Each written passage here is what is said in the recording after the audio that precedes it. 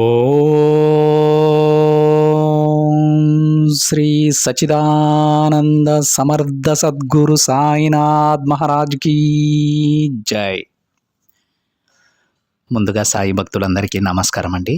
Video చూస్తున్న ప్రతి ఒక్కరిపైన ఆ సాయునాథుని ఆశీస్సులు ఉండాలని, బాబాగారి భక్తులందరూ ఎప్పుడూ కూడా ఆనందంగా సంతోషంగా వారి జీవితాన్ని గడపాలని మనస్ఫూర్తిగా కోరుకుంటూ ఈ వీడియోని స్టార్ట్ చేస్తూ ఉన్నాను ఫ్రెండ్స్. రోజులాగానే తన బిడ్డల కోసం మరొక చక్కటి సందేశాన్ని అయితే బాబాగారు ఈరోజు తీసుకొచ్చారండి. ఈ సందేశంలో బాబాగారు తన బిడ్డలతో ఏమంటున్నారో తెలుసా ఫ్రెండ్స్? ఎంత గొప్ప శుభవార్త చెప్పబోతున్నారో తెలుసా? బాబాగారు ఈ విధంగా చెప్తూ ఉన్నారండి. బిడ్డ, నీకు కొన్ని నిజాలు, కొంతమంది నిజస్వరూపాలు తెలియజేయబోతున్నానమ్మా. ఎట్టి పరిస్థితుల్లోనూ ఈ సందేశాన్ని విడుచుకోవద్దు, తప్పకుండా విను అని బాబాగారు అంటూ ఉన్నారండి. ఇది శుభవార్త అని ఎందుకన్నానంటే, బాబాగారు కొంతమంది నిజస్వరూపాలు మనకు తెలియజేస్తానని చెబుతూ ఉన్నారు. కొన్ని తప్పులను మన కళ్ళకు కట్టినట్టు చూపిస్తానని బాబాగారు అంటూ ఉన్నారు. ఇది జాగ్రత్త అవ్వవచ్చు. బాబాగారు తన బిడ్డలకు జాగ్రత్త చెబుతున్నారు కదా అనుకోవచ్చు. నిజమే, బాబాగారు తన బిడ్డలకు జాగ్రత్తే చెబుతున్నారు.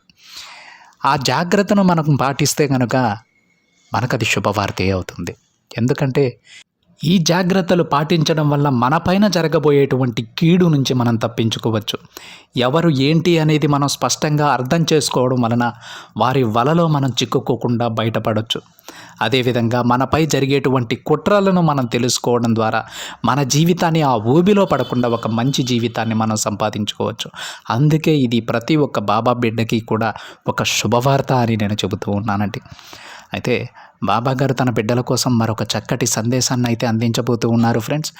బాబాగారు ఏ విధంగా తన బిడ్డలపై జరగబోయేటువంటి కుట్రలను తన బిడ్డలకు తెలియజేయబోతూ ఉన్నారు. అదేవిధంగా వారికి శత్రువులెవరో మిత్రులెవరో తెలియజేయబోతూ ఉన్నారు. దీని ద్వారా తన బిడ్డల జీవితాన్ని మార్చబోతూ ఉన్నారో సాక్షాత్తు ఆ తండ్రి మాటలలోనే విని తెలుసుకుందామండి. బాబాగారు తన బిడ్డలతో ఈ విధంగా మాట్లాడుతూ ఉన్నారండి. తల్లి, ఇప్పుడే ఈ క్షణమే ఇది వినమ్మా. సరిగ్గా కొన్ని గంటలలో నువ్వు ఊహించని మార్పు వస్తుంది. నీ మనసులో చాలా మార్పు వస్తుంది బిడ్డ. ఊహించని ఉత్సాహం నీ మనసులో కొలువుదీరుతుంది.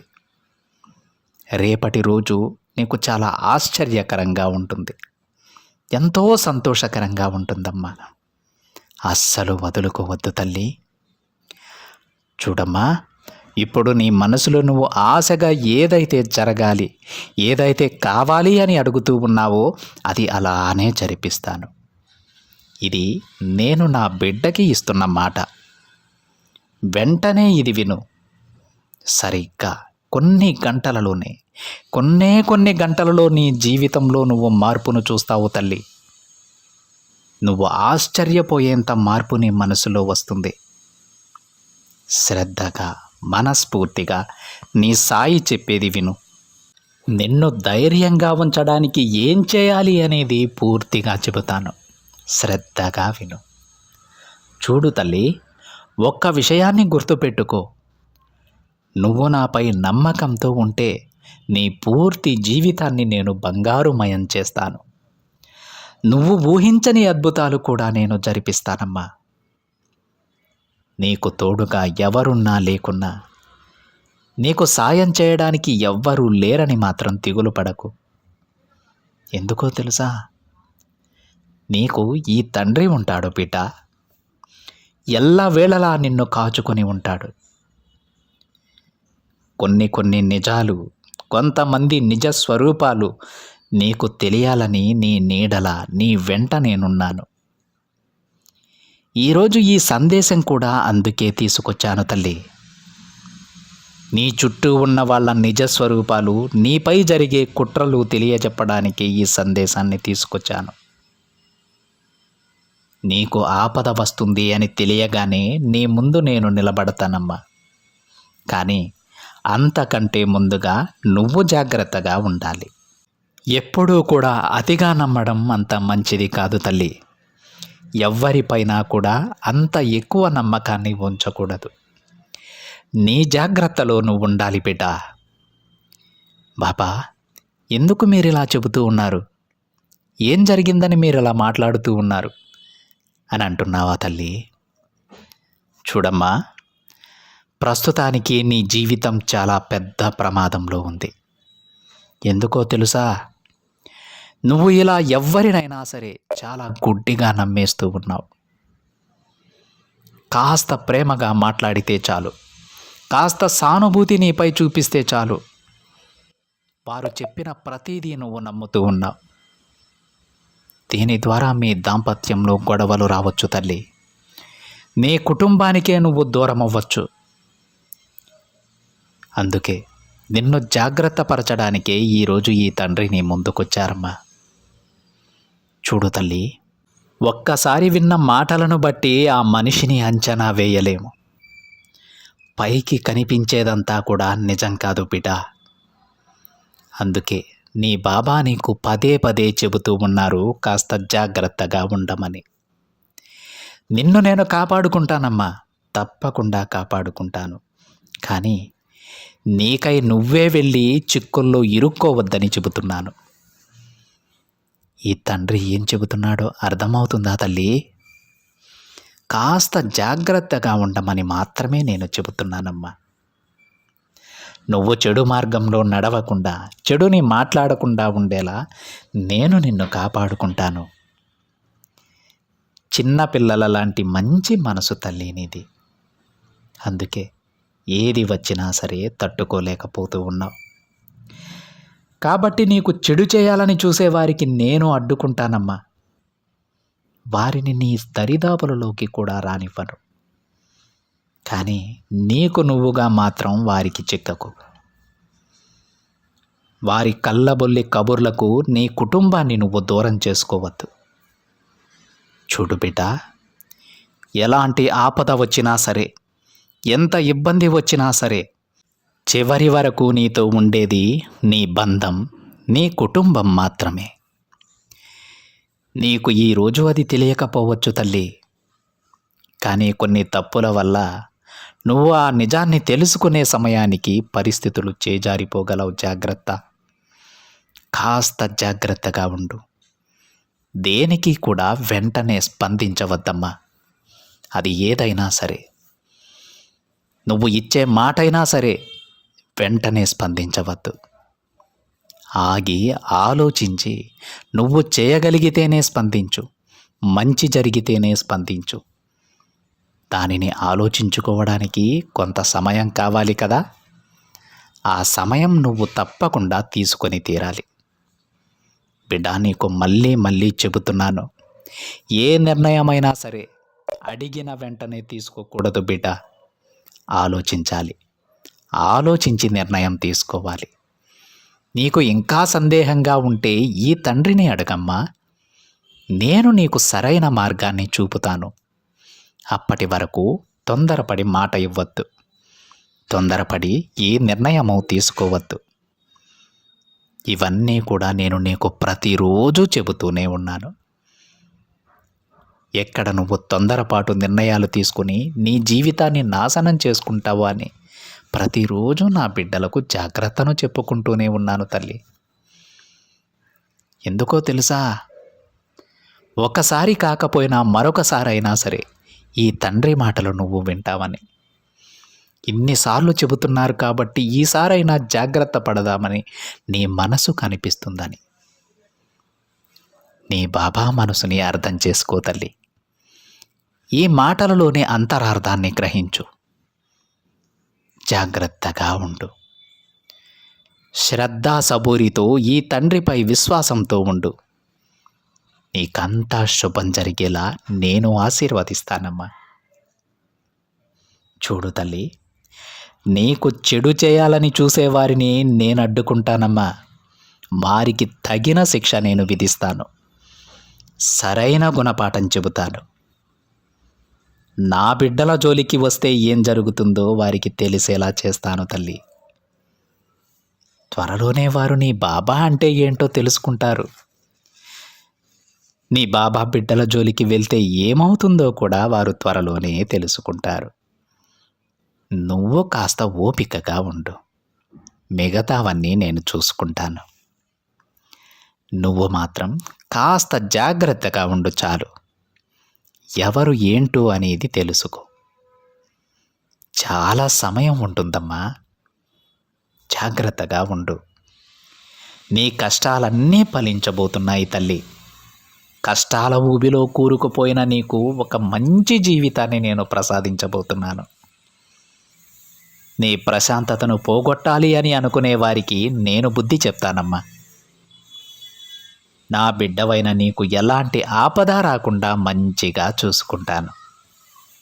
మంచి జీవితాన్ని నీకు అందిస్తాను తల్లి. నీ చుట్టూ ఉన్నవారు నిన్ను మోసం చేసి నవ్వుకుంటూ ఉన్నారు కదా, అదే పనిగా వాళ్ళు పెట్టుకుంటూ ఉన్నారు బిడ్డ. నేను గమనిస్తూనే ఉన్నాను. వారి గురించి నువ్వు దిగులు పడకమ్మా. వాళ్ళందరినీ నేను సరిచేస్తాను. వాళ్ళకి అవసరమైన మరమ్మతులు నేను చేస్తాను కదా, వాళ్ళని కూడా సరైన దారిలో నడిపిస్తానులే. నీ నిజమైన భక్తి, స్వచ్ఛమైన ప్రేమకు నీకు అంతా మంచే జరుగుతుంది తల్లి. నువ్వు ఎదురు చూసే మంచి మంచి వార్తలు నీ చెవిన పడేలా చేస్తాను. నువ్వు కోరినవన్నీ నీకు అందిస్తానమ్మా. కాస్త ఆలస్యమైనా సరే నేను చెప్పినవి తప్పకుండా జరిగి తీరుతాయి. ఆలస్యం అమృతమని తెలుసుకో. చూడు బిడ్డ, గొప్ప గొప్ప వరాలు నీకు అందించబోతున్నానమ్మా. నువ్వు కేవలం నమ్మకంతో ఉండు చాలు. నీకంతా శుభమే జరుగుతుంది బిడ్డ.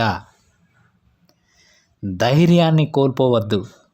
ఎందుకంటే నీకైనవి నీ చెంత చేరుస్తున్నాను. అంతవరకు ధైర్యంగా, సహనంగా ఉండాలి. సహనంగా ఉండాలంటే ఎలాంటి ప్రమాదం ఎదురైనా సరే దానిని ఎదిరించే ధైర్యం నీకుండాలి. అందుకే పదే పదే నిన్ను ధైర్యంగా ఉండమని చెబుతూ ఉన్నానమ్మా. ఒక్క విషయం గుర్తించుకో బిడ్డ, కన్నీరు పెట్టుకుంటే ఏదీ కూడా మారదని గుర్తించుకో. ఏదీ మారనప్పుడు ఎందుకు తల్లి నువ్వు ఆ కన్నీరు పెట్టుకోవడం? కన్నీరు చాలా విలువైనవి. చిన్న చిన్న విషయాలకు వాటిని వృధా చేయవద్దమ్మా. నేను మళ్ళీ చెబుతున్నాను బిడ్డ, ఇకపై నీ కంటి నుండి కారే కన్నీరు ఆనంద బాష్పాలుగా మారుస్తాను. దుఃఖం అనేది నీ దరిదాపుల్లో లేకుండా చేస్తానమ్మా. ఇన్ని రోజులు నువ్వు అనుభవించిన కష్టాలకు ఒక ముగింపునిస్తాను. నీపై కుట్రలు చేసేవారిని, కుతంత్రాలు పన్నేవారిని నీకు కనపడినంత దూరంలో నేను వదిలేస్తాను బిడ్డ. వారికి తగిన గుణపాఠం చెప్పి మరీ వదిలేస్తాను. నీ చుట్టూ నీ శ్రేయోభిలాషులను పెడతానమ్మా. నువ్వు సంతోషంగా ఉండటానికి ఏమైతే అవసరమో అవన్నీ తీసుకొచ్చి నీ ముందుంచుతాను. ఈ తండ్రిపై నమ్మకంతో ఉండు తల్లి. ఎప్పుడూ దిగులు పడవద్దు. నేను ప్రసాదించిన జీవితాన్ని ఆనందంగా జీవించు. సంతోషంగా ఉండు. నీ సంతోషమే నాకు అతిపెద్ద బహుమతిని గుర్తించు. నీ చిరునవ్వే నా కానుకలని గుర్తు చేసుకో. నా బిడ్డల ఆనందం కంటే నాకేదీ ఎక్కువ కాదు. మరి ఇకపైనైనా సరే ఆనందంగా, సంతోషంగా ఉంటానని ఈ తండ్రికి మాటిస్తావా అని బాబాగారు అంటూ ఉన్నారండి. చూసారండి, ఈరోజు బాబాగారు ఎంత గొప్ప సందేశం చెప్పారో. బాబాగారు చాలా మార్లు మనకు చాలా జాగ్రత్తగా ఉండమ్మా, జాగ్రత్తగా ఉండమ్మా అని చెబుతూ ఉన్నారు. ఆ మాటలలో అర్థమేంటో ఒక్కసారి ఆలోచించండి ఫ్రెండ్స్. అంటే ఏదో ఒక ప్రమాదం రాబోతూ ఉంది, ఎవరో ఒకరి రూపంలో రాబోతూ ఉంది. వారు చాలా కల్లబుల్లి కబుర్లు చెప్పొచ్చు, చాలా తీయగా మాట్లాడవచ్చు, మనల్ని పేకల లోతుల కష్టానికి మనల్ని ముంచేయొచ్చు. మునిగిపోయిన తర్వాత ఏమీ చేయలేం కదా అండి. కష్టాలన్నీ మన చేతులారా మనం కొని తెచ్చుకొని మళ్ళీ తేరుకోవడానికి కొన్ని సంవత్సరాల పాటు కాలం వృధా చేసుకోకూడదు. అలాంటి సందర్భాలు ఎప్పుడూ కూడా తెచ్చుకోవద్దని బాబాగారు ముందే హెచ్చరిస్తూ ఉన్నారు. మీరు గమనించే ఉంటారు బాబాగారు ఎన్నిసార్లు ధైర్యంగా ఉండమ్మా, ధైర్యంగా ఉండు బిడ్డ అని ఎన్నిసార్లు చెప్పారు. కాస్త జాగ్రత్తగా ఉండండి. ఈ సందేశం మొత్తం మీద బాబాగారు ఏం చెప్పారో తెలుసా అండి? ఏదైనా సరే, ఏ నిర్ణయమైనా సరే, ఏ మాట అయినా సరే వెంటనే తీసుకోకూడదు. కొంచెం ఆలోచించాలి. దానివల్ల జరిగేటువంటి లాభ నష్టాలు అనేవి ఆలోచించాలి. ఒకవేళ నష్టం జరిగేలా ఉంటే అది మనకైనా, మన ద్వారా వేరే వారికైనా అలాంటి నిర్ణయాలు తీసుకోకూడదండి. ఒకవేళ మనకు మంచే జరిగితే ఆ మంచి కూడా ఎక్కువ రోజులు ఉండదు. కొద్ది రోజులకి ఆ పాపానికి పరిహారం మనం చెల్లించాల్సి ఉంటుంది. అందుకే బాబాగారు తన బిడ్డలకు ప్రతిరోజు కూడా చెబుతూ ఉంటారు. బాబాగారు ఈ సందేశంలో కూడా చెప్పారు, తల్లి ప్రతిరోజు నేను ఇదే చెబుతూ ఉన్నాను, ఒక్కసారన్నా ఆలోచిస్తావని. ఎన్నిసార్లు చెప్పినా నువ్వు విని వెళ్ళిపోతూ ఉన్నావు. కనీసం ఈ రోజన్నా నా బిడ్డ నా మాట వింటుందేమో అని చెప్పేసి నేను ప్రతిరోజు చెబుతూనే ఉంటాను. అది నా బాధ్యత. ఒక్కసారైనా అర్థం చేసుకోమని చెప్పేసి బాబాగారు చెబుతూ ఉన్నారు. ఇది అందరినీ ఉద్దేశించి కాదండి. చాలామంది బాబాగారి వాక్ అంటే అది శిలాశాసనం చాలామంది బిడ్డలకు. కానీ కొంతమంది అమాయకులుగా ఆలోచిస్తూ ఉంటారు. బాబాగారు చెప్పినంత వరకు వింటారు, కానీ ఆ తర్వాత మళ్ళీ వారి పని వారిదే. అలాంటి బిడ్డలకు మళ్ళీ చెబుతూ ఉన్నారండి బాబాగారు, మీరు ధైర్యంగా ఉండాలి, సంతోషంగా జీవించాలి. నేను నా బిడ్డలకు ప్రసాదించినటువంటి ఈ జీవితం మీరు సంతోషంగా జీవించి నా దగ్గరకు రమ్మనే కానీ ఎప్పుడూ కూడా దుఃఖంగా ఉండమని కాదమ్మా. నీ సంతోషం కంటే నాకేది ఎక్కువ కాదు. నువ్వు ఆనందంగా నువ్వు నవ్వితే చాలు, ఆ నవ్వులే నా కానుకలు అని బాబాగారు చెబుతూ ఉన్నారు. ఒక్కసారి ప్రయత్నించి చూడండి. బాబాగారు ఈరోజు ఈ సందేశంలో చెప్పినటువంటి ప్రతి వాక్యాన్ని పాటించడానికి ప్రయత్నించి చూడండి. మన జీవితం ఎంత అద్భుతంగా మారుతుందో. బాబాగారు చెప్పినట్టు ఏ మాట ఇవ్వాలన్నా సరే, ఒక నిర్ణయం తీసుకోవాలన్నా సరే ఆగి ఆలోచించండి. కొంత సమయం తీసుకోండి, దాంట్లో పొరపాటేమీ లేదు. నిదానంగా స్థిమితంగా ఆలోచించడం ద్వారా మంచి నిర్ణయాలు తీసుకోవచ్చు. మన జీవితాన్ని మనమే ఒక గొప్ప స్థాయిలో నిలబెట్టుకోవచ్చు. మనం బాబాగారికి ఇచ్చే బహుమతి అదే అండి. ఆయన మన నుంచి ఇంకేమీ కోరుకోరు.